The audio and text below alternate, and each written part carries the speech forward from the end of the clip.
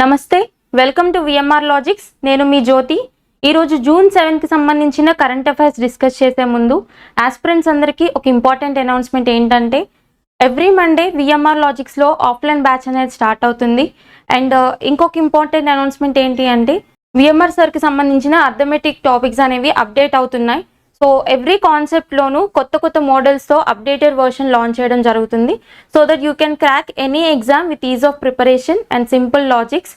And ఇంకొకటి ఏంటి అంటే, మాక్ టెస్ట్ ఎక్స్ప్లెనేషన్ అనేది కన్సర్న్ ఫ్యాకల్టీతో like VMR sir, Kadambari madam, Soumya madam చేత ఎక్స్ప్లెయిన్ చేయించడం జరుగుతుంది. అండ్ త్వరలో జిఎస్కి సంబంధించిన మాక్ టెస్ట్ పేపర్స్ కూడా మీ ముందుకు తీసుకురావడం జరుగుతుంది.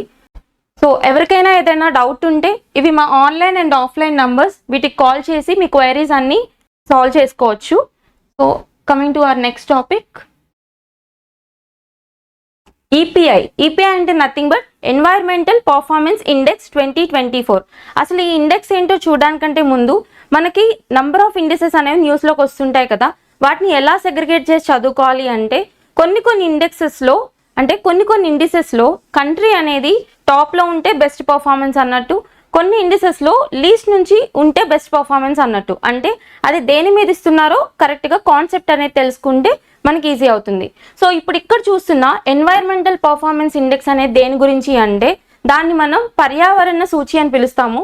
అయితే దీని గురించి డీటెయిల్గా చెప్పాలి అంటే, ప్రతి కంట్రీ కూడా వాళ్ళ కంట్రీలో ఉన్న ఎన్వైర్న్మెంట్ని ప్రొటెక్ట్ చేయడానికి, ఎన్వైర్న్మెంట్ని ప్రొటెక్ట్ చేసే మెజర్స్ ఎక్కువ ఇంప్లిమెంట్ చేసే కంట్రీస్ ఏవైతే ఉన్నాయో వాటికి ఎన్వైర్మెంటల్ పర్ఫార్మెన్స్ ఇండెక్స్ అనేది రిలీజ్ చేయడం జరుగుతుంది. సో ఇప్పుడు ఏ కంట్రీస్ టాప్లో ఉన్నాయో చూడాలి, అండ్ ఇండియా ఏ ర్యాంక్లో ఉందో చూడాలి, అండ్ ఈ ఇండెక్స్ అనేది ఎవరు రిలీజ్ చేస్తున్నారో చూడాలి. ఈ ఇండెక్సే కాదు, ఏదైనా కానీ ఫస్ట్ ఆఫ్ ఆల్ టాప్లో ఉన్న నేషన్ ఏంటో చూద్దాం, తర్వాత ఇండియా ర్యాంక్ ఏంటో చూద్దాం, తర్వాత రిలీజ్ చేసే ఆర్గనైజేషన్ ఏంటో చూస్తే కంప్లీట్ అవుతుంది అనమాట. కాబట్టి ఇప్పుడు న్యూస్లో ఉన్న issue EPI 2024 environmental performance index, surprise top ranking global biodiversity commitment tested. అంటే ఎప్పుడు వచ్చే వాళ్ళు కాకుండా ఇప్పుడు కొత్త కంట్రీ అనేది టాప్ ర్యాంక్లో వచ్చింది. సో ఆ ర్యాంకింగ్ ఏంటో చూద్దాం. The Baltic nation of Estonia is number 1 in the 2024 rankings, while Denmark, one of the top ranked countries in the 2022 EPI, dropped to 10th place, highlighting the challenges of reducing emissions in hard to decarbonize industries. అంటే nothing but ఎప్పుడు కూడా మనకి nearly Denmark అనే country ఉంది కదా, దాన్ని మనం Scandinavian nation కింద చూస్తాం. ఈ డెన్మార్క్, ఫిన్లాండ్ ఇవన్నీ కూడా. సో ఇవి ప్రతి దాంట్లో టాప్లో ఉంటాయి. ఫర్ ఎగ్జాంపుల్ మనం హ్యాపీనెస్ ఇండెక్స్ తీసుకుంటే అందులో టాప్లో కాన్సిక్యూటివ్గా ఫిన్లాండే వస్తుంది మనకి.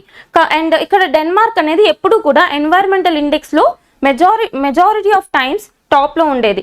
అయితే ఇప్పుడు ఒక సర్ప్రైజింగ్గా డెన్మార్క్ అనేది 10th ప్లేస్కి పడిపోయిందంట.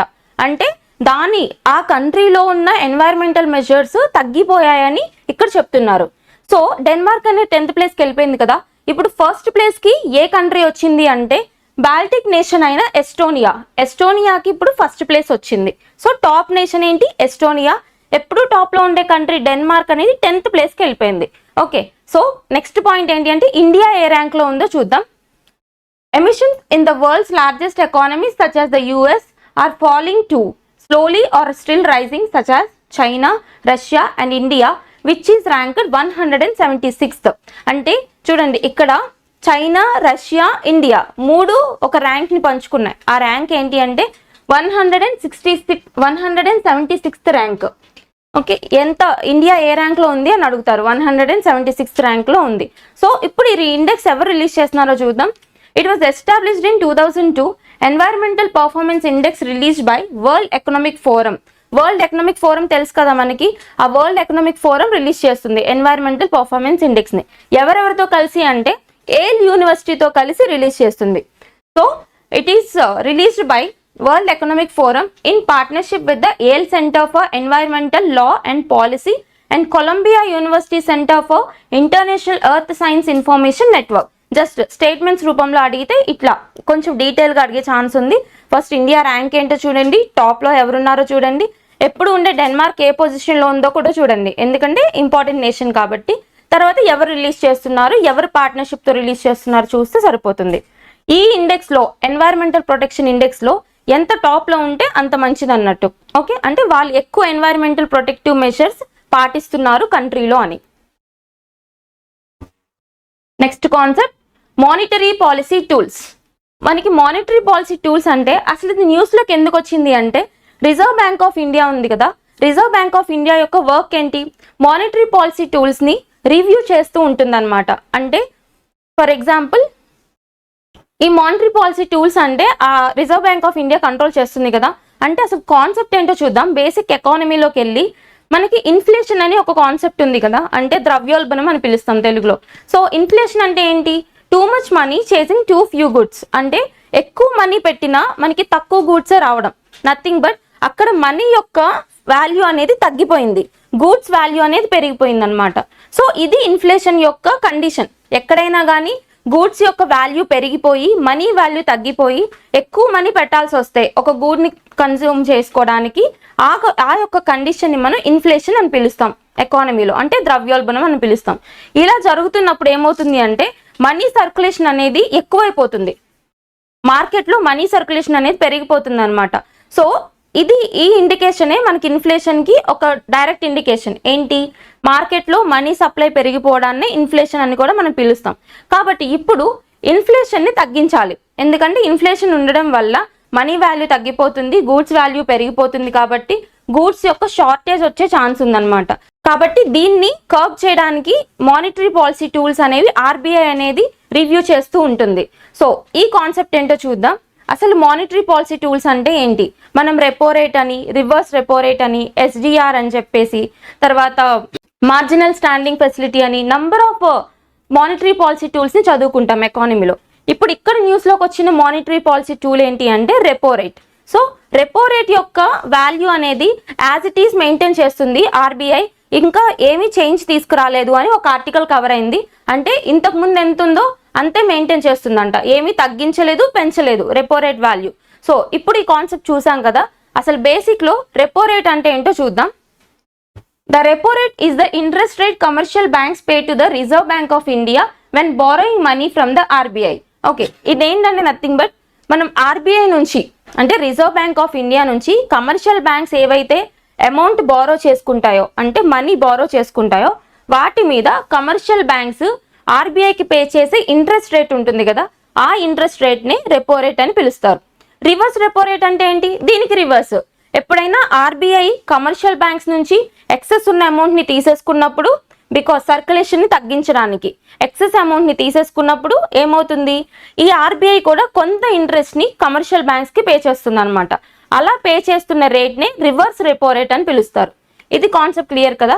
సో ఎప్పుడైనా ఏం చేయాలి అంటే ఇన్ఫ్లేషన్ కండిషన్స్లో, అంటే ద్రవ్యోల్బణం ఉన్న కండిషన్లో ఏం జరుగుతుంది, మార్కెట్లో మనీ సప్లై అనేది పెరిగిపోతుంది కదా.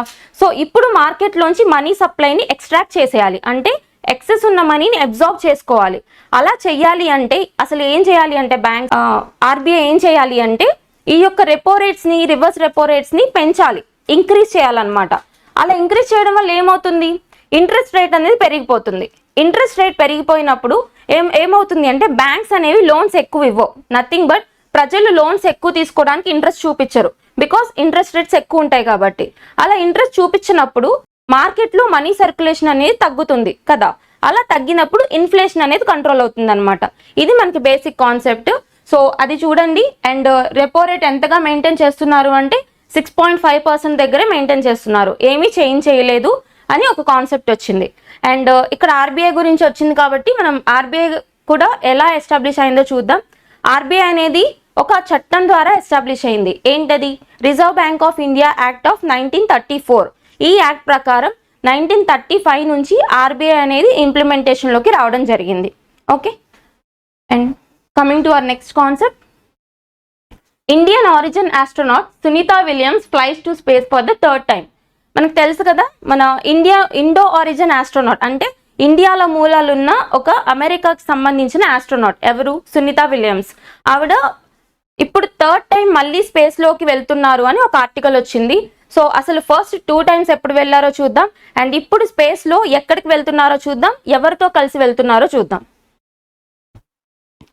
మూడోసారి రోదసిలోకి సునీత. భారతీయ మూలాలు కలిగిన వ్యోమగామి సునీతా విలియమ్స్ మూడోసారి అంతరిక్షంలోకి వెళ్లారు. బోయింగ్ స్టార్ లైనర్ వ్యోమనౌక అంటే నథింగ్ బట్ స్పేస్ షిప్ అనమాట ద్వారా 25 గంటలు ప్రయాణించి అంతర్జాతీయ అంతరిక్ష కేంద్రానికి చేరుకున్నారు. సునీతతో పాటు విల్మోర్ కూడా ఈ యాత్రలో ఉన్నారు. అంటే ఎక్కడికి వెళ్ళారు అంటే ఇంటర్నేషనల్ స్పేస్ స్టేషన్ అంటాం దాన్ని మనం. అది ఎక్కడ ఉంటుంది, ఎప్పుడు ఎస్టాబ్లిష్ అయిందో చూద్దాం. అండ్ ఇక్కడ సునీత విలియమ్స్ తో పాటు ఇంకొక ఆస్ట్రోనాట్ కూడా వెళ్ళారు. ఎవరు అంటే విల్మోర్. వీళ్ళిద్దరూ కలిసి ఇప్పుడు ఇంటర్నేషనల్ స్పేస్ స్టేషన్ కి చేరుకున్నారంట. సో ఇంటర్నేషనల్ స్పేస్ స్టేషన్ ఎక్కడ ఉంటుందో చూద్దాం. The International Space Station is a large space station assembled and maintained in low earth orbit. మనకి హై ఎర్త్ ఆర్బిట్ అని, లో ఎర్త్ ఆర్బిట్ అని మనం చదువుకుంటాం కదా స్పేస్ గురించి చదివినప్పుడు. అందులో ఉన్న లో ఎర్త్ ఆర్బిట్ కి, ఆ లో ఎర్త్ ఆర్బిట్ లో ఇంటర్నేషనల్ స్పేస్ స్టేషన్ అనేది లొకేట్ అయి ఉంటుంది. So by a collaboration of 5 space agencies and their contractors. ఎవరెవరు? NASA, Roscosmos, JAXA, ESA, CSA. ఇదేంటో చెప్తాను. ఈ ఇంటర్నేషనల్ స్పేస్ స్టేషన్ అనేది ఒక స్టాండర్డ్ హౌస్ లాంటిది. ఎక్కడ? స్పేస్ లో. ఎక్కడ ఉంటుంది? లో ఎర్త్ ఆర్బిట్ లో లొకేట్ అయి ఉంటుంది.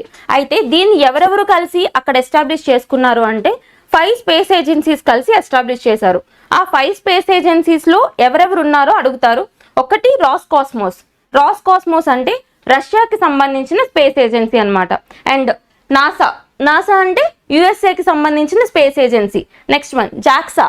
జాక్సా నథింగ్ బట్ జపాన్ కి సంబంధించిన స్పేస్ ఏజెన్సీ. సిఎస్ఏ వచ్చి కెనడా స్పేస్ ఏజెన్సీ. ఈఎస్ఏ వచ్చి European space agency.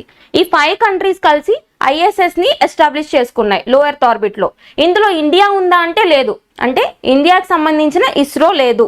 Okay, so ఇది ఎప్పుడు ఎస్టాబ్లిష్ చేశారు అంటే 998 లో లో ఎర్త్ ఆర్బిట్ లో ఎస్టాబ్లిష్ చేశారు. ఇప్పుడు ఈ ఇంటర్నేషనల్ స్పేస్ స్టేషన్ కి 3వ సునీత విలియమ్స్ చేరుకున్నారంట. ఎవరితో కలిసి? విల్మోర్ తో కలిసి. అయితే ఈవిడ ఇంతకు ముందు 2 times ఏ ఇయర్స్ లో వెళ్ళారో చూడండి. Williams was selected as an astronaut by NASA in 1998 and is a veteran of 2 space missions expeditions in 2006 and 2012. 2006 లో ఒకసారి, 2012 లో ఒకసారి వెళ్ళారు. సో ఈవిడ నాసాకి ఎప్పుడు సెలెక్ట్ అయ్యారు అంటే 1998 లో. Okay, next concept. CM Revanth Reddy to address global rice summit 2024 on June 7. ఇదేంటి అంటే ఒక సమ్మిట్ ఇన్ న్యూస్ ప్రకారం, ఇదేంటి అంటే సమ్మిట్ ఇన్ న్యూస్ ఇష్యూ అనమాట. అంటే నథింగ్ బట్ కాన్ఫరెన్సెస్, సమ్మిట్స్ జరుగుతుంటాయి కదా, అవి ఎక్కడ ఏ స్టేట్ అనేది హోస్ట్ చేస్తుంది, లేదా బయట అయితే ఏ కంట్రీస్ హోస్ట్ చేస్తున్నాయి చూడాలి, సరిపోతుంది. అయితే ఇక్కడ వచ్చిన సమ్మిట్ ఏంటి అంటే గ్లోబల్ రైస్ సమ్మిట్ అనమాట. ఈ ప్యాడేకి సంబంధించిన ఒక సమ్మిట్ ఉంటుంది కదా. సో ఇక్కడ ఉన్న స్పెషాలిటీ ఏంటి అంటే ఈ సమ్మిట్ కి, ఇది ఇప్పటి వరకు ఇండియాలో జరగలేదు. ఫస్ట్ టైం ఇండియాలో జరుగుతుంది. అది ఎక్కడ అంటే మన హైదరాబాద్ లో జరుగుతుంది. ఓకే, అది ఎక్కడ అనేది చూద్దాం మనం. తెలంగాణ అంటే హైదరాబాద్ లో. Telangana to host the global rice summit 2024 for the first time in India. The summit aims to promote rice exports, showcase rice varieties from India and Telangana and provide a knowledge platform. Okay, దీని యొక్క ఉద్దేశం ఏంటి అంటే India నుంచి rice exports ని పెంచడం. అంటే India నుంచి వెళ్ళే ఎగుమతులు, రైస్ కి సంబంధించిన ఎగుమతుల్ని పెంచడం. తర్వాత ఇండియాలో లభ్యమయ్యే రైస్ వెరైటీస్ ఉంటాయి కదా, అంటే మనం చాలా చూస్తాం కదా, లైక్ ఈ మల్లికా రైస్ అని చెప్పేసి, బ్లాక్ రైస్, చక్కో రైస్ అస్సాంలో ఉంటుంది. ఇలా నంబర్ ఆఫ్ రైసెస్ ఉంటాయి. రెడ్ రైస్ ఉంటుంది, బ్లాక్ రైస్ ఉంటుంది, తర్వాత బ్రౌన్ రైస్ ఉంటుంది. ఇట్లా ఇండియాలో నంబర్ ఆఫ్ రైస్ వెరైటీస్ చూస్తాం మనం. ఈ రైస్ వెరైటీస్ అన్నిటి గురించి, వీటి యొక్క న్యూట్రిషియస్ క్వాలిటీస్ గురించి ప్రపంచంలో మొత్తం అందరికీ కూడా మన రైస్ యొక్క ఇంపార్టెన్స్ ని తెలియజేయడానికి అండ్ మన ఇండియా నుంచి ఎక్స్పోర్ట్స్ ని ఇంక్రీజ్ చేయడానికి ఒక అవేర్నెస్ సమ్మిట్ అన్నమాట. గ్లోబల్ రైస్ సమ్మిట్ అని పిలుస్తాం మనం. ఇది ఎక్కడ జరుగుతుంది అంటే తెలంగాణలో జరుగుతుంది for the first time in India. Okay, తెలంగాణలో కూడా ఎవరు హోస్ట్ చేస్తున్నారో చూడండి. Chief Minister Ravant Reddy will deliver the inaugural address at Global Rice Summit 2024 to be organized by the state government and International Commodity Institute. ఎవరెవరు చేస్తున్నారు? State government of Telangana along with International Commodity Institute of USA. ఎక్కడున్నది? USA లో ఉంది. ఎక్కడ అంటే on June 7 Taj Krishna hotel in Banjara hills. Taj Krishna హోటల్లో తెలంగాణలో first time ఇండియాలో రైస్ సమ్మిట్ జరుగుతుంది కాబట్టి చాలా చాలా ఇంపార్టెంట్ అన్నమాట. సో ఇక్కడ రైస్ వెరైటీస్ చూసుకుంటే సరిపోతుంది మనం. నెక్స్ట్ టాపిక్, టాప్ 150 యూనివర్సిటీస్ లో IIT Bombay and IIT Delhi. ఇదేంటి అంటే మనకి ఎడ్యుకేషన్ అనలిస్ట్ అనే ఒక సంస్థ మొత్తం ప్రపంచంలో ఉన్న యూనివర్సిటీస్ కి ర్యాంకింగ్ ఇస్తుంది అనమాట. ఆ ర్యాంకింగ్స్ లో టాప్ యూనివర్సిటీ ఏది ఉందో చూద్దాం. ఇండియా నుంచి 150 ర్యాంకింగ్స్లో టాప్ 150 ర్యాంకింగ్స్లో ఏ యూనివర్సిటీస్ ఉన్నాయో చూద్దాం. సో టాప్ 1 యూనివర్సిటీ ఎవరు అంటే మెసాచుసెట్స్ యూనివర్సిటీ ఉంది కదా, ఆ యూనివర్సిటీ. అండ్ టాప్ 150లో బాంబే యూనివర్సిటీ ఉంది, ఢిల్లీ యూనివర్సిటీ ఉంది. సో ఆ ర్యాంకింగ్స్ ఏంటో డీటెయిల్గా చూద్దాం. ప్రపంచంలోని టాప్ 150 యూనివర్సిటీస్లో ఐఐటి బాంబే, ఐఐటి ఢిల్లీ స్థానం సంపాదించుకున్నాయి. అమెరికాలోని మెసాచుసెట్స్ ఇన్స్టిట్యూట్ ఆఫ్ టెక్నాలజీ అంటే MIT అని పిలుస్తాం మనం. సో ఈ MIT అనేది టాప్ 1 యూనివర్సిటీగా నిలిచింది ఇందులో. సో 13వసారి టాప్ ర్యాంక్ని నిలబెట్టుకుంది.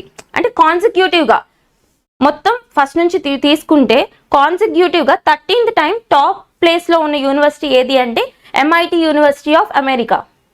సో ఈ మేరకు లండన్కు చెందిన higher education analyst Simons world university rankings ఇవి. సో ఈ ర్యాంకింగ్స్లో టాప్ యూనివర్సిటీ ఏది అంటే MIT యూనివర్సిటీ. అండ్ ఇండియా నుంచి ఎవరెవరు ఉన్నారు అంటే 149 స్థానంలో ఉన్న ఐఐటి బాంబే ఈసారి 31 ర్యాంకులు మెరుగుపరుచుకుని 118th అంటే 118వ స్థానంలో ఇప్పుడు ఐఐటి బాంబే ఉంది. అండ్ ఇక్కడ ఢిల్లీ వచ్చేసి మనకి 150th ప్లేస్లో ఉంది. 150th ప్లేస్లో ఢిల్లీ ఉంది. అండ్ 118th ప్లేస్లో బాంబే ఉంది. టాప్ 1 వచ్చి MIT ఫ్రమ్ USA. ఓకే, ఇది యూనివర్సిటీ ర్యాంకింగ్స్ ఎవరు రిలీజ్ చేస్తున్నారు చూడండి, సరిపోతుంది.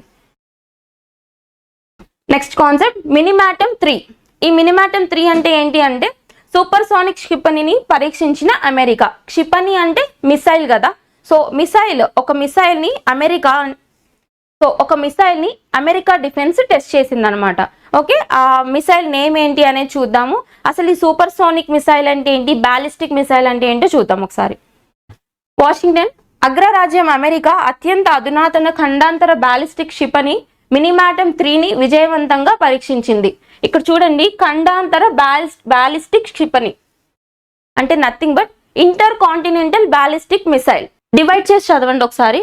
ఇంటర్ కాంటినెంటల్ అంటే ఏంటి అంటే ఒక కాంటినెంట్ నుంచి ఇంకో కాంటినెంట్ మీదకి వేస్తారనమాట మిసైల్. సో దాన్ని ఇంటర్ కాంటినెంటల్ మిసైల్స్ అని చెప్తాం. నెక్స్ట్ బ్యాలిస్టిక్ అని ఇంకో వర్డ్ వచ్చింది. బ్యాలిస్టిక్ అని మనం లేదంటే క్రూయిజ్ మిసైల్స్ అని చెప్పి వింటుంటాం కదా. అసలు ఇక్కడ బ్యాలిస్టిక్ మిసైల్స్ అంటే ఏంటి అంటే మీకు దాని యొక్క రేంజ్ దాని యొక్క డైరెక్షన్ అనేది ఎలా ఉంటుంది అంటే ఇట్లా పారాబోలిక్ లా ఇట్లా షూట్ చేస్తారన్నమాట మిసైల్ని. ఓకే, మన క్రూయిజ్ మిసైల్స్ అంటే కొంచెం ప్యారలల్గా వెళ్తాయి, ల్యాండ్కి ఇలా వెళ్తాయి. అంటే ఒకసారి మీకు ఇమేజ్ చూపిస్తా, ఒకసారి చూడండి. ఇక్కడ ఈ బ్యాలిస్టిక్ మిసైల్ యొక్క రేంజ్ చూడండి, ఇట్లా వెళ్తుంది బ్యాలిస్టిక్ మిసైల్స్. క్రూయిజ్ మిసైల్స్ చూస్తే కొంచెం ప్యారలల్గా వెళ్తుంది అనమాట ల్యాండ్కి ఇట్లా. ఓకేనా, ఇది డిఫరెన్స్, దాని యొక్క డైరెక్షన్లో ఉన్న డిఫరెన్స్ అనమాట. సో ఇప్పుడు వీళ్ళు లాంచ్ చేసిన మినిమాటమ్ 3 అనేది అది ఒక ballistic missile, that to inter continental ballistic missile అనమాట. ఓకేనా, ఈ డైరెక్షన్ అర్థమైంది కదా. ఓకే, సో ఈ హైపర్సోనిక్ క్షిపణితో మాస్కోపై కేవలం 30 నిమిషాల్లో దాడి చేయొచ్చని అమెరికా రక్షణ వర్గాలు వెల్లడించాయి. మాస్కో అంటే ఎక్కడుంది, రష్యాలో ఉంది. నెక్స్ట్, గంటకు 15,000 మైళ్ళ వేగంతో 4,200 మైళ్ళు ప్రయాణించి మార్షల్ ఐలాండ్స్లోని నిర్దేశిత లక్ష్యాన్ని ఇది ఛేదించినట్టు తెలిపాయి. నథింగ్ బట్ ఇది ఒక టెస్టిఫైడ్ మిసైల్ అనమాట. ఇప్పుడు టెస్ట్ చేశారు, మాస్కోని టార్గెట్ చేస్తున్నారు. సో ఈ మిసైల్ ఏంటి, ఎవరు లాంచ్ చేశారు, అమెరికా వాళ్ళు లాంచ్ చేశారు మినిమాటమ్ 3 అనేది. దీని యొక్క కైండ్ ఏంటో చూడండి, inter continental ballistic missile, cruise missile కాదు. నెక్స్ట్ కాన్సెప్ట్ 46% ఎంపీలపై క్రిమినల్ కేసులు. ఇదేంటి అంటే ఒక రిపోర్ట్ అనమాట. దేనికి సంబంధించి, అసోసియేషన్ ఆఫ్ డెమోక్రటిక్ రిఫార్మ్స్ అని చూస్తాం కదా మనం, అంటే ADR రిపోర్ట్స్ అని చెప్పి చాలా ఇంపార్టెంట్ అనమాట మనకి. సో ఈ ADR వాళ్ళు ఏమిచ్చారు అంటే రిపోర్ట్ క్రిమినలైజేషన్ ఆఫ్ పాలిటిక్స్ మీద, అంటే ఎంతమంది క్రిమినల్ మెంబర్ ఆఫ్ పార్లమెంట్స్ ఉన్నారు, ఎంతమంది ఎన్నికైన మెంబర్ ఆఫ్ పార్లమెంట్స్ మీద క్రిమినల్ కేసులు ఉన్నాయి అనేసి ఒక రిపోర్ట్ వచ్చింది. ఆ రిపోర్ట్ ఏంటో డీటెయిల్గా చూద్దాం. అండ్ వాళ్ళలో ఎంతమంది ఎంతవరకు ఎడ్యుకేషన్ పర్స్యూ చేశారు అనేది కూడా చూద్దాం. ఫస్ట్ హెడ్లైన్స్ చూడండి, 93% మంది కోట్లకు పడగలెత్తిన వారు, అంటే నథింగ్ బట్ ఈ మొత్తం ఎన్నికైన వాళ్ళు ఉన్నారు కదా, ఎంత 543 మెంబర్ ఆఫ్ పార్లమెంట్స్ మెంబర్స్ ఉన్నారు కదా, వీళ్ళల్లో 93% వాళ్ళు మిలియనియర్స్ అంట. ఎక్కువ ఆస్తి కలిగిన వాళ్ళు 93% మిలియనియర్సే ఉన్నారు వీళ్ళలో 543 మెంబర్స్లో. నెక్స్ట్ మొదటి 2 స్థానాల్లో తెలుగువారు. అందులో కూడా మిలియనియర్స్ లో కూడా ఎక్కువ అంటే ఫస్ట్ 2 పొజిషన్స్ ఉంటాయి కదా, ఆ 2 పొజిషన్స్ లో తెలుగు రాష్ట్రాల నుంచే ఉన్నారు. ఎస్పెషల్లీ ఫస్ట్ పొజిషన్ లో ఆంధ్రప్రదేశ్ నుంచి ఉన్నారు, సెకండ్ పొజిషన్ లో తెలంగాణ నుంచి మిలియనియర్ ఎంపీ ఉన్నారు అనమాట. వాళ్ళు ఎవరో కూడా చూద్దాం.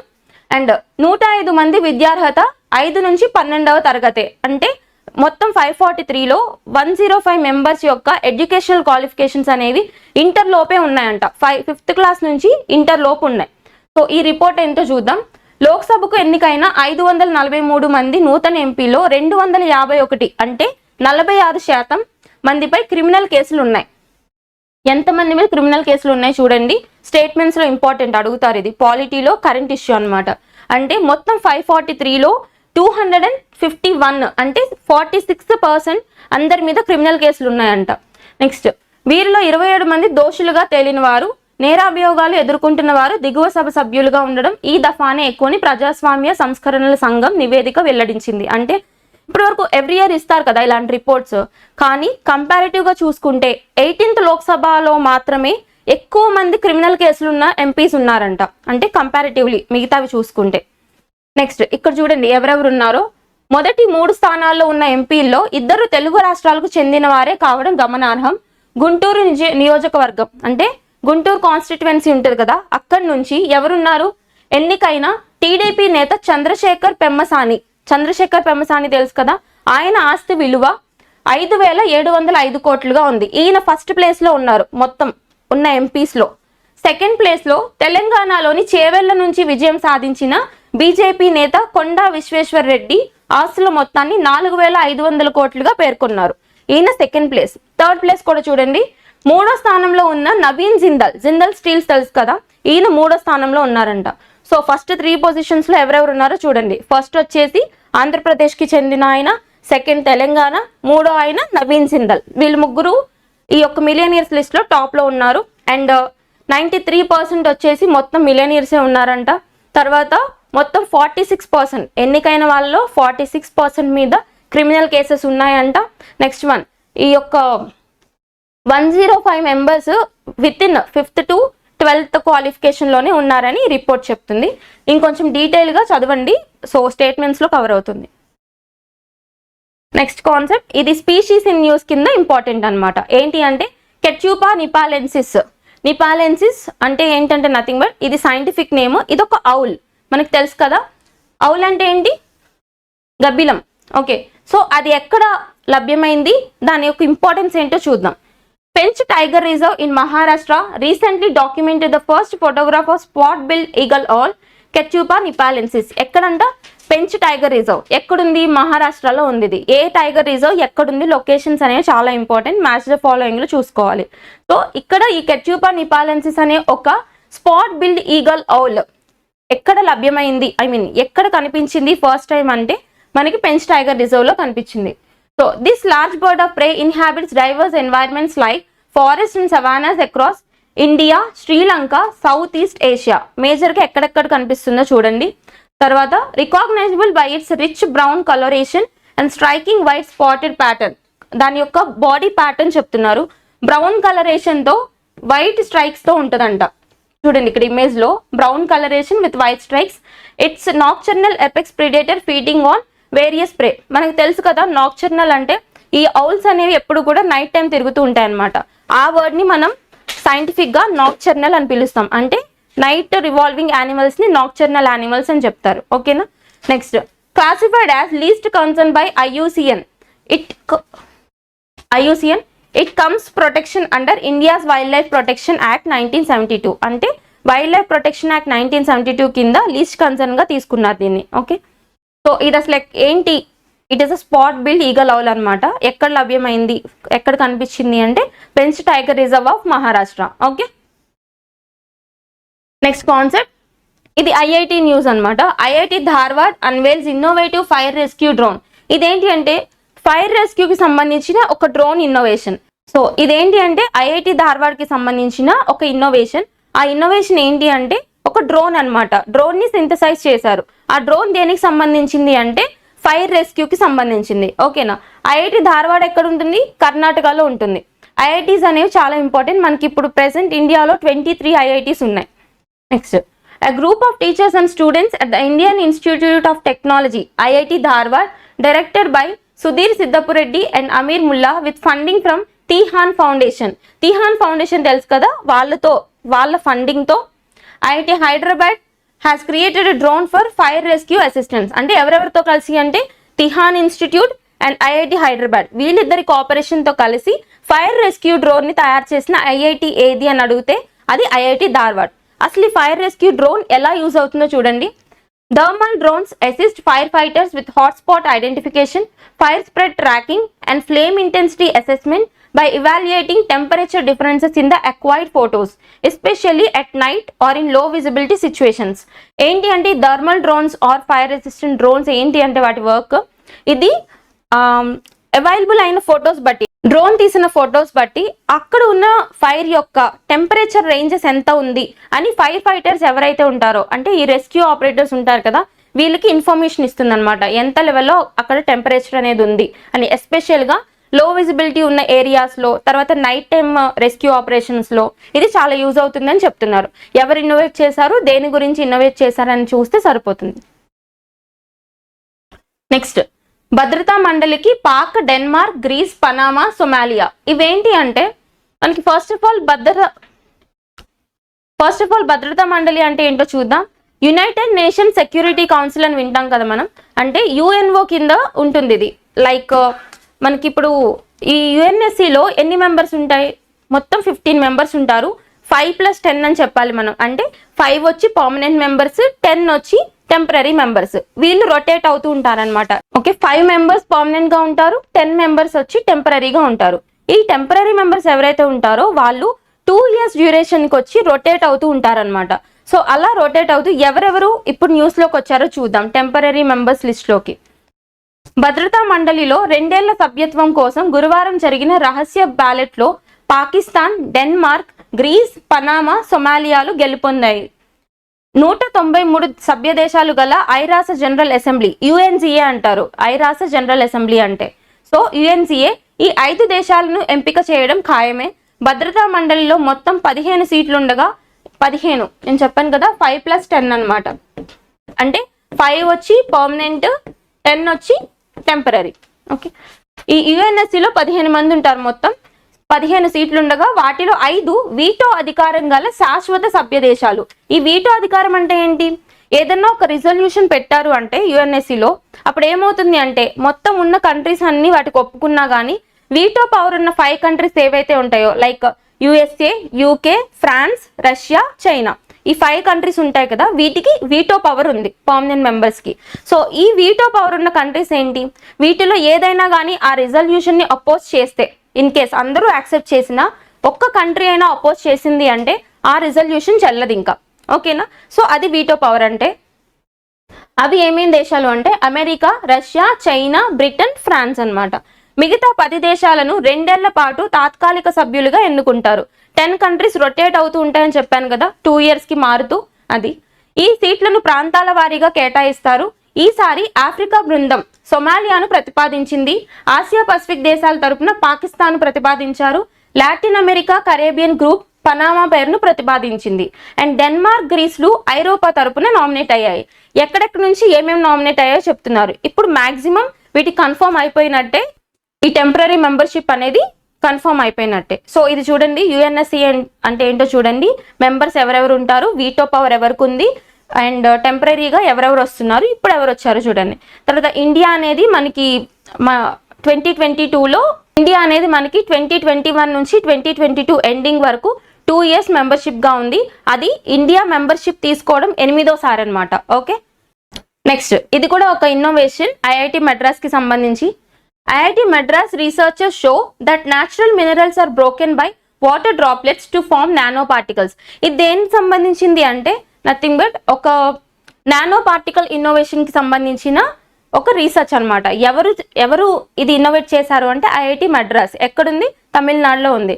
ఎక్కువగా IIT మద్రాస్, IIT హైదరాబాద్ ఇవి ఇన్నోవేషన్స్తో న్యూస్లో ఉంటాయి. సో ఇవి ఎక్కడ కనిపించినా కొంచెం ఫోకస్గా చూడాలి. సో అసలు కాన్సెప్ట్ ఏంటో చూద్దాం. IIT Madras researchers have shown that Common minerals can be broken by water micro droplets to make corresponding nanoparticles. This is the first research paper from IIT Madras to be published in the Science Journal. అంటే ఇక్కడ concept ఏంటి అంటే water droplets ఉంటాయి కదా, వాటి నుంచి మనం nano particles ని తయారు చేయొచ్చు అనేసి ఒక ఇన్నోవేషన్ అనమాట. జస్ట్ గుర్తుపెట్టుకోండి, water droplets related nano particle innovation ఎవరు చేశారు అంటే ఐఐటి మద్రాస్. నెక్స్ట్, ఇది ఒక ఫిల్మ్ ఫెస్టివల్ సంబంధించి, ఇంటర్నేషనల్ ఫిల్మ్ ఫెస్టివల్ సంబంధించి ఒక news. 18th Mumbai international film festival to be held from 15th to 21st June 2024. ఎక్కడ జరుగుతుంది అంటే ముంబైలో జరుగుతుంది. జస్ట్ ఫిల్మ్ ఫెస్టివల్ ఎక్కడ జరుగుతుంది, ఆ హోస్ట్ నేషన్ ఏంటి, తర్వాత ఏమన్నా నామినేషన్స్ ఉన్నాయా అనేది చూస్తే సరిపోతుంది. సో ఇక్కడ జరుగుతున్న edition important, 18th edition of Mumbai international film festival ఎక్కడ జరుగుతుందంట, ముంబైలో జరుగుతుంది. With parallel screenings across Delhi, Kolkata, Chennai and Pune. Parallel గా స్క్రీనింగ్స్ లో ఈ 4 ప్లేసెస్ లో కూడా జరుగుతుంది, Delhi, Kolkata, Chennai and Pune. Next, record submissions of over 1000 films from 38 countries across 65 languages. ఎన్ని ఫిల్మ్స్ వచ్చాయి నామినేషన్ కి?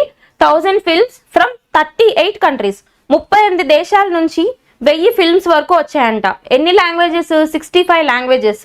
So 2024 edition sees the introduction of documentary film bazaar aimed at championing documentary films. Okay, ఇది ఫిల్మ్ ఫెస్టివల్ గురించి. Host చూడండి, ఆ film festival conduct అయిన తర్వాత మొత్తం ఆ లిస్ట్ ఉంటుంది కదా, ఎవరెవరికి ఏ కేటగిరీలో వచ్చిందని మనం డీటెయిల్గా డిస్కస్ చేద్దాం. జస్ట్ ఇక్కడ హోస్ట్ చూసి గుర్తుపెట్టుకోండి, ముంబై. నెక్స్ట్, ఇది రీజనల్ ఇష్యూ, విశాఖ పోర్టుకు అరుదైన ఘనత. ఇదేంటి అంటే నథింగ్ బట్ మన విశాఖపట్నం పోర్ట్ ఉంది కదా, దానికి ఒక రికార్డ్ వచ్చిందనమాట. అదేంటి అంటే వరల్డ్ బ్యాంక్ కి సంబంధించి, వరల్డ్ బ్యాంక్ ప్రపంచ బ్యాంక్ ఉంటుంది కదా, ఈ ప్రపంచ బ్యాంక్ ఒక రిపోర్ట్ ఇచ్చింది, పనితీరు, పోర్ట్స్ యొక్క పనితీరుకు సంబంధించి ఒక రిపోర్ట్ ఇచ్చింది అనమాట. అదేంటో చూద్దాం. అందులో టాప్ లో ఏ పోర్ట్స్ ఉన్నాయి, తర్వాత విశాఖ పోర్ట్ కి ఇప్పుడు ఎన్నో ప్లేస్ వచ్చిందో చూస్తే సరిపోతుంది.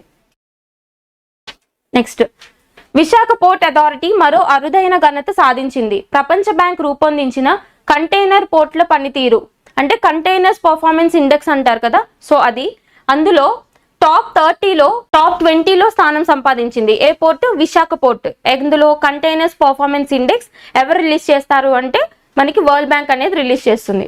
ఇందులో మిగతా కంట్రీస్ చూడండి, ఫస్ట్ లో అంటే మనం టాప్ 3 కూడా చూడాలి కదా. ఫస్ట్ పోర్ట్ వచ్చి Yangshan port of China and Salalah port and Cartagena port of Colombia. ఈ 3 పోర్ట్స్ అనేవి టాప్ 3 ప్లేసెస్ లో ఉన్నాయి. ఏంటి? First one Yangshan port of China and Salalah port and కొలంబియాలో ఉన్న మన కార్టాజినా పోర్ట్ అనమాట. ఇవి ఫస్ట్ 3 ప్లేసెస్ లో ఉన్నాయి. సో విశాఖ పోర్ట్ అనేది టాప్ 20లో సంపాదించింది అని ఒక ఆర్టికల్ వచ్చింది. జస్ట్ రీజనల్ ఇష్యూస్ కింద చూసుకుంటే సరిపోతుంది. అండ్ ఇక్కడ ఇంకొంచెం అడిషనల్ గా మనకి సరుకు రవాణాలో 4వ స్థానం అని వచ్చింది కదా, ఇది ఇంపార్టెంట్ అనమాట. సరుకు రవాణా అంటే ఏంటి? మన యొక్క గూడ్స్ అనేవి ట్రాన్స్ఫర్ అనమాట. ఎట్లా అంటే గూడ్స్ ట్రాన్స్ఫర్ లో ఎంత ఎఫిషియెంట్ గా వర్క్ చేస్తున్నారు పోర్ట్స్ అని చెప్పి అదే ఇండెక్స్ లో వరల్డ్ బ్యాంక్ వాళ్ళే రీఇండెక్స్ ఇచ్చారనమాట. ఆ ఇండెక్స్ లో 4th ప్లేస్ లో విశాఖ పోర్ట్ అనేది ఉంది. 2023-24 ఆర్థిక సంవత్సరంలో విశాఖ పోర్టు సరుకు రవాణాలో మెరుగైన పనితీరును కనబరిచి దేశంలోనే మేజర్ పోర్టుల్లో 4వ స్థానంలో నిలిచింది. 24-25 ఆర్థిక సంవత్సరం మొదటి 2 నెలల్లోనే సరుకు రవాణాలో 13.5% వృద్ధిని కనబరిచింది. ఎంత ఇంక్రీజ్ అయింది అంటే 13.5% పెరిగింది. ఎన్నో ప్లేస్ లో ఉంది అంటే 4th ప్లేస్ లో ఉంది. రిపోర్ట్ చూడండి సరిపోతుంది. నెక్స్ట్, ఇది పాలిటిక్స్ సంబంధించిన ఒక ఇష్యూ అన్నమాట. నథింగ్ బట్ రాష్ట్రపతి ముర్ముతో ఈసీ భేటీ. ఈసీ అంటే ఎలక్షన్ కమిషనర్ అన్నమాట. ఎందుకు భేటీ అయ్యారు, దేని ప్రకారం భేటీ అయ్యారు చూద్దాం. సో నూతన లోక్సభ సభ్యుల వివరాలు అందజేత. ప్రధాన ఎన్నికల కమిషనర్ అంటే chief election commissioner Rajiv Kumar and 2 ఎన్నికల కమిషనర్లతో కలిసి గురువారం రాష్ట్రపతి ద్రౌపది ముర్ముతో భేటీ అయ్యారు. సో సిఈసి రాజీవ్ కుమార్, కమిషనర్లు జ్ఞానేష్ కుమార్ అండ్ సుఖ్బీర్ సింగ్ 1+2 బాడీ అని చెప్తాం మనం ఎలక్షన్ కమిషన్ ఆఫ్ ఇండియా అని. ఎన్నో పార్ట్ లో ఉంటుంది? పార్ట్ 15 లో ఉంటుంది. ఆర్టికల్స్ 324 to 329 వరకు కవర్ అవుతాయి అన్నమాట మనకి. Especially election commission of India గురించి చెప్పే ఆర్టికల్ 329, 324. ఓకే, సో దీని ప్రకారం మనకి కాంపోజిషన్ ఏంటి? 1+2 బాడీ. 1+2 అంటే ఒక చీఫ్ ఎలక్షన్ కమిషనర్ ఉంటారు సిఈసి, 2 అడిషనల్ ఎలక్షన్ కమిషనర్స్ ఉంటారు. ఓకే, ఇది కాంపోజిషన్ అన్నమాట. ఇప్పుడు వీళ్ళు ఎందుకు ప్రెసిడెంట్ ని కలిసారో చూద్దాం. ప్రజా ప్రాతినిధ్య చట్టం 1951లోని సెక్షన్ 73ను అనుసరించి సార్వత్రిక ఎన్నికల్లో 18వ లోక్సభకు రాష్ట్రాల అసెంబ్లీలకు ఎన్నికైన నామినేట్ అయిన సభ్యుల వివరాలతో కూడిన ఎన్నికల కమిషన్ నోటిఫికేషన్ ప్రతిని ఆమెకు అందజేశారని వివరించింది. ఈ కాన్సెప్ట్ ఏంటంటే నథింగ్ బట్ మనకి పీపుల్స్ రిప్రజెంటేషన్ యాక్ట్ అని ఒకటి ఉంటుంది, అంటే రిప్రజెంటేషన్ ఆఫ్ పీపుల్స్ యాక్ట్ అని పిలుస్తాం. RPA 1951, RPA 1951 representation of peoples act. ఈ యాక్ట్ లోని ఒక సెక్షన్, ఆ సెక్షన్ ఏంటి అంటే సెక్షన్ 73. దీని ప్రకారం ఇప్పుడు ఎలక్షన్స్ జరిగాయి కదా 18th లోక్సభకు సంబంధించి. సో ఈ 18th లోక్సభకి సంబంధించిన ఎలక్షన్స్, అందులో ఎన్నికైన వాళ్ళు, నామినేట్ అయిన వాళ్ళు, అంటే నామినేట్ కూడా అవుతారు కదా. సో వీళ్ళందరికీ సంబంధించిన ఇన్ఫర్మేషన్ ని ప్రెసిడెంట్ కి అందజేయాల్సిన ఒక క్లాజ్ ఉందన్నమాట. ఆ క్లాజ్ దేని ప్రకారము అంటే RPA act, representation of peoples act 1951లోని సెక్షన్ 73 ప్రకారం ఈ క్లాజ్ ఉంది. సో దీన్ని ఫుల్ఫిల్ చేయడానికి chief election commissioner and remaining election commissioners కలిసి ప్రెసిడెంట్ ద్రౌపది ముర్మును కలిశారు. Next concept, India designated Nagi and నాట్కి bird sanctuaries in Jhajha forest range of Jammu district, Bihar. Jammu district, not Jammu district. So బీహార్లో ఉన్న ఒక డిస్ట్రిక్ట్లో మనకి 2 వెట్లాండ్స్ వచ్చాయి ఇప్పుడు. అంటే ఇక్కడ అసలు ఫస్ట్ ఇది చదవడానికంటే ముందు వెట్లాండ్స్ కాన్సెప్ట్ ఏంటో చూద్దాం. ఈ వెట్లాండ్స్ అంటే ఏంటి అంటే మనం చిత్తడి నేలలు అని వింటాం కదా, నథింగ్ బట్ ఎక్కడైతే హైయెస్ట్ బయోడైవర్సిటీ అనేది ఉంటుందో ఆ జీవ వైవిధ్యం అని పిలుస్తాం మనం. సో ఈ హైయెస్ట్ బయోడైవర్సిటీ ఉన్న ఏరియాస్ని మనం వెట్లాండ్స్ అని పిలుస్తాం. కానీ ఇప్పుడు ఏమవుతుందంటే ఈ వెట్లాండ్స్ అనేవి ఎక్కువగా అంతరించిపోతున్నాయి. దేనివల్ల? అక్కడ పూర్తి చేసి కన్స్ట్రక్షన్స్ తీసుకురావడం వల్ల, తర్వాత ఎన్వైర్మెంటల్ యాక్టివిటీస్ వల్ల, ఎన్వైర్మెంటల్ డిగ్రేడేషన్ యాక్టివిటీస్ వల్ల, క్లైమేట్ చేంజ్ వల్ల ఇట్లా వెట్లాండ్స్ అనేవి డిగ్రేడ్ అయిపోతున్నాయి అనమాట. సో ఈ వెట్లాండ్స్ని కన్సర్వ్ చేయడానికి, వెట్లాండ్స్ని ప్రొటెక్ట్ చేయడానికి 1971లో, ఎప్పుడు 1971లో ఇరాన్లో ఒక కన్వెన్షన్ జరిగింది. ఇది చాలా ఇంపార్టెంట్. 1971 ఇరాన్లో ఒక కన్వెన్షన్ జరిగింది. ఆ కన్వెన్షన్ అంటే నథింగ్ బట్ మీటింగ్ అనమాట. ఈ మీటింగ్ జరిగిన లొకేషన్ పేరేంటి అంటే రామ్సార్. మీటింగ్ జరిగిన లొకేషన్ పేరు రామ్సార్. ఎక్కడుంది అంటే ఇరాన్లో ఉంది. ఎప్పుడు జరిగింది అంటే 1971లో జరిగింది. సో ఇలా జరిగింది కదా. ఈ యొక్క మీటింగ్ ఉద్దేశం ఏంటి? వెట్లాండ్స్ ని గుర్తించి, అంటే ప్రపంచంలో ఉన్న వెట్లాండ్స్ అన్నిటిని ఏవైతే డిగ్రేడేషన్ కి ఫ్లోన్ అవుతున్నాయో వాటిని గుర్తించి వాటిని కన్సర్వ్ చేయడం అనమాట ఈ యొక్క సమ్మిట్ యొక్క ఇన్ఫరెన్స్. అయితే అప్పటి నుంచి ప్రపంచంలో ఉన్న వెట్లాండ్స్ అన్నిటిని రామ్సార్ సైట్స్ గా గుర్తించి వాటిని కన్సర్వ్ చేసే మెజర్స్ తీసుకుంటున్నారు. అయితే ఇట్లా ఇప్పుడు వరకు ఇండియాలో ఎన్ని వెట్లాండ్స్ ఉన్నాయి అంటే 80 వెట్లాండ్స్ ఉన్నాయి. 80 టిల్ నౌ, ఈ రోజు వరకు 80 వెట్లాండ్స్ ఉన్నాయి. అలాగే ఇండియాలో ఉన్న వెట్లాండ్స్ లో ఏ స్టేట్ లో ఎక్కువ వెట్లాండ్స్ ఉన్నాయని అడుగుతారు. టాప్ స్టేట్ వచ్చి తమిళనాడు. ఓకే, సెకండ్ ప్లేస్ లో ఉత్తరప్రదేశ్. తమిళనాడులో ఎక్కువ వెట్లాండ్స్ అనేవి ఉన్నాయన్నమాట. ఓకేనా. ఇప్పుడు 80 వెట్లాండ్స్ కి ఇంకో 2 యాడ్ అయ్యాయని చెప్తున్నారు. ఆ 2 ఎక్కడ అంటే బీహార్లో. ఏంటో చూద్దాం ఆ concept. India on Wednesday marked world environment day. మనం చూసాం కదా, వరల్డ్ ఎన్వైర్న్మెంట్ డే గురించి చెప్పుకున్నాం మొన్న June 5th కరెంట్ అఫైర్స్ క్లాస్లో. ఏంటి ఆ రోజు June 5th world environment day. ఆ రోజు ఇది డిక్లేర్ చేశారనమాట. By designating Nagi and Nakti bird sanctuaries. 2 bird sanctuaries కి వెట్లాండ్ రామ్సార్ రికాగ్నిషన్ వచ్చింది. Both man made reservoirs situated in the Jhajha forest range of Jammu district in Bihar. It as its newest wetlands of international importance under Ramsar Convention, taking the total number of such globally recognized wetlands in country to 82. మనం చెప్పుకున్నాం కదా, ఇప్పటి వరకు as of now 80 ఉన్నాయి. ఇప్పుడు ఈ 2 add అవుతుంటూ 82కి వెళ్ళింది అనమాట. 82కి వెళ్ళింది. ఏంటి? రామ్సార్ సైట్స్ యొక్క నంబరింగ్ అనేది. అంటే మనకి ఇక్కడ కాన్సెప్ట్ తెలియాలి. All Ramsar sites are wetlands. అంటే రామ్సార్ సైట్స్ అన్ని కూడా వెట్లాండ్సే. కానీ all wetlands are not Ramsar sites. ఎందుకు అంటే ఏవైతే డిగ్రేడేషన్ కి లోన్ అవుతున్నాయో అలాంటి వెట్లాండ్స్ ని మాత్రం రికాగ్నైజ్ చేసి రామ్సార్ సైట్ గా గుర్తింపిస్తారు. కాబట్టి ఈ స్టేట్మెంట్స్ ఇంపార్టెంట్ అనమాట. All Ramsar sites are wetlands but all wetlands are not Ramsar sites. Okay, ఇది ఎన్వైరన్మెంట్ కి సంబంధించిన ఒక issue. Okay, that's all about today's current affairs. ఎవరికైనా ఏదైనా డౌట్ ఉంటే అండ్ ఇప్పుడున్న కాన్సెప్ట్స్లో కానీ ప్రీవియస్గా చెప్పుకున్న కాన్సెప్ట్స్లో ఎక్కడైనా డౌట్ ఉంటే కింద కామెంట్ సెక్షన్లో పింక్ చేయండి.